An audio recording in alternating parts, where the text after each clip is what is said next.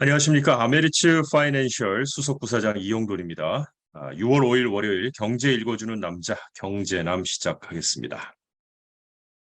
오늘 증시부터 살펴보겠습니다. 한 네 가지 정도 주제로 이야기를 하겠는데요.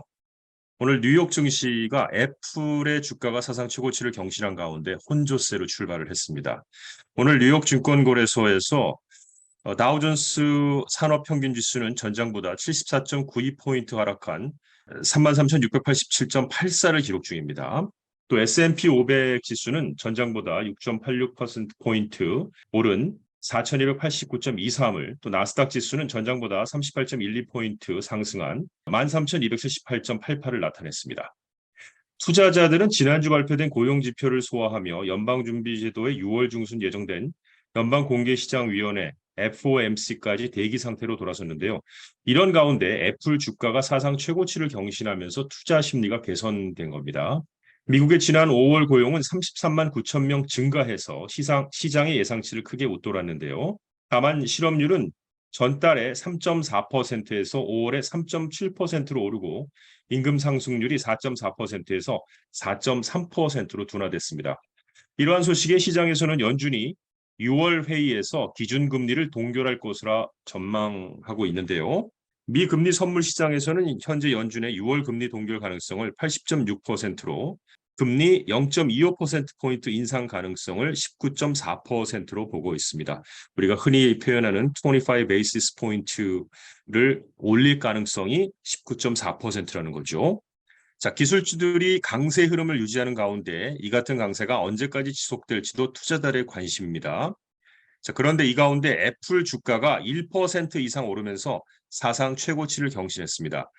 애플 주가가 오른 이유는요, 오늘 열리는 연례 세계 개발자 회의에서 혼합 현실이라는 MR 헤드셋이 공개될 것이라는 기대감이 주가에 반영됐기 때문입니다. 우리가 흔히 AR이라고 증강현실이라고 알고 계시죠. 그런데 이 AR을 확장한 개념이 MR입니다.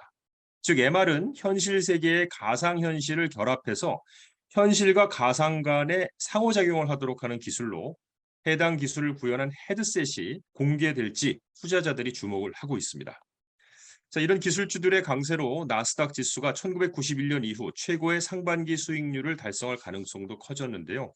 지난 금요일 종가 기준으로 올해 들어 나스닥 지수는 26.51% 올랐습니다. 이는 1991년 나스닥 지수가 상반기에 27.31% 오른 이후에 가장 많이 오른 것입니다.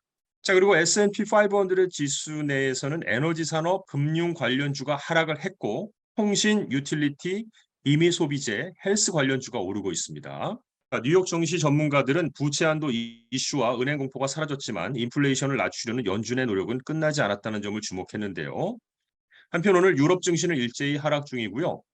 국제 유가가 상승세를 보이고 있는 뉴스가 있습니다. 세계 최대 원유 수출국인 사우디아라비아의 추가 감산 소식 때문입니다. 앞서 사우디아라비아는 지난달 기준 하루 1,000만 배럴이던 원유 생산량을 7월부터는 900만, 이렇게 해서 100만을 줄이겠다고 발표를 했습니다. 이는 최근 몇 년 새 가장 큰 감산 규모라는 게 로이터의 설명인데요.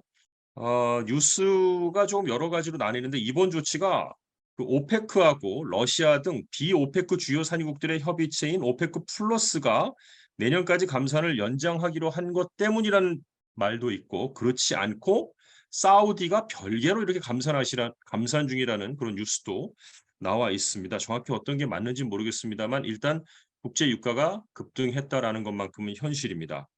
그래서 호주, 뉴질랜드의 은행 애널리스트들은 이번 감산에 대해 뜻밖이다라고 평가하면서 하반기에 2023년 하반기에 원유 시장이 더 빡빡해질 것이라고 전망했습니다.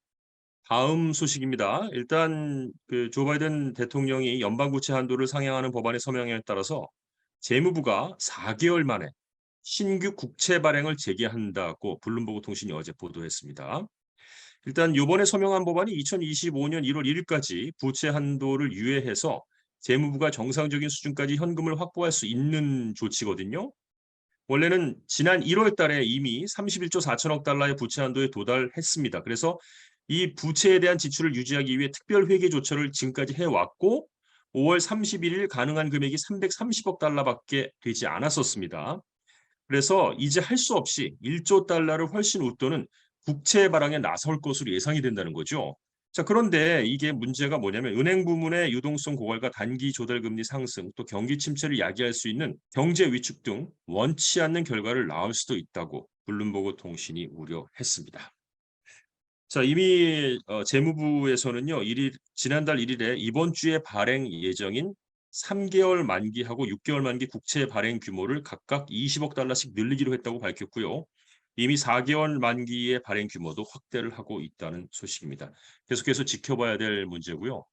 우선 미국의 경제에 대해서 지금 나와 있는 뉴스를 전해드리면 금리를 올려도 미국 경제가 식지 않는다라는 뉴스가 나와 있습니다. 연준에서 통화 정책의 방향을 긴축으로 튼 지 1년이 됐습니다. 그런데 미국 경제가 인플레이션을 잡기 위해서는 조금 침체돼야 되는데 그런 조짐 없이 활발한 모습을 보이고 있다는 겁니다. 월스트리트저널에 따르면 향후 12개월 이내에 미국 경제가 침체에 빠질 것이라는 입장을 밝힌 경제학자들이 월스트리트저널의 설문조사에서 과반이었습니다. 이게 이제 작년 10월에 조사한 것을 토대로 얘기하는 건데요. 실제 미국 경제가 이 경제학자들의 경고와는 다른 방향으로 움직인다는 겁니다. 자, 그 이유 첫 번째로 일단 미국 가계에는 돈이 넘쳐난다는 겁니다. 샌프란시스코 연준의 5월 보고서에 따르면 현재 미국인들은 팬데믹 이후에 5천억 달러를 초과 저축했다는 겁니다. 코로나19 대응 차원에서 정부가 적극적인 재정 지출을 폈는데 막상 미국인들이 팬데믹 기간 동안에 돈 쓸 곳을 찾기가 만만치 않아서 저축이 많이 늘었죠. 그러니까 이처럼 두꺼워진 지갑이 40년 만에 최악의 인플레이션 속에서도 마음껏 소비를 하도록 돕는 자금원이 됐다는 겁니다. 특히 여행하고 공연, 외식 등 코로나19 사태 때 제한됐던 소비를 하는데 아낌없이 지갑을 열고 있다는 것이죠. 그래서 미국 교통안전청 TSA에 따르면 지난 메모리얼데이 연휴 기간 내 국내 공항 이용객이 코로나19 팬데믹 전인 2019년의 수치를 넘어섰다는 겁니다. 이게 첫 번째 이유고 두 번째로는 고용시장도 금리 인상과 상관없이 화랑세를 유지하고 있다는 겁니다. 5월 고용보고에 따르면 앞서 말씀드렸듯이 비농업 일자리가 33만 9천 개를 증가했습니다. 또 공급보다 수요가 많은 고용시장의 상황은 노동자의 임금 인상으로 연결이 됐고요. 금리 인상에도 미국인들의 소비가 크게 줄지 않으면서 주식과 주택 시장도 안정화되는 분위기입니다.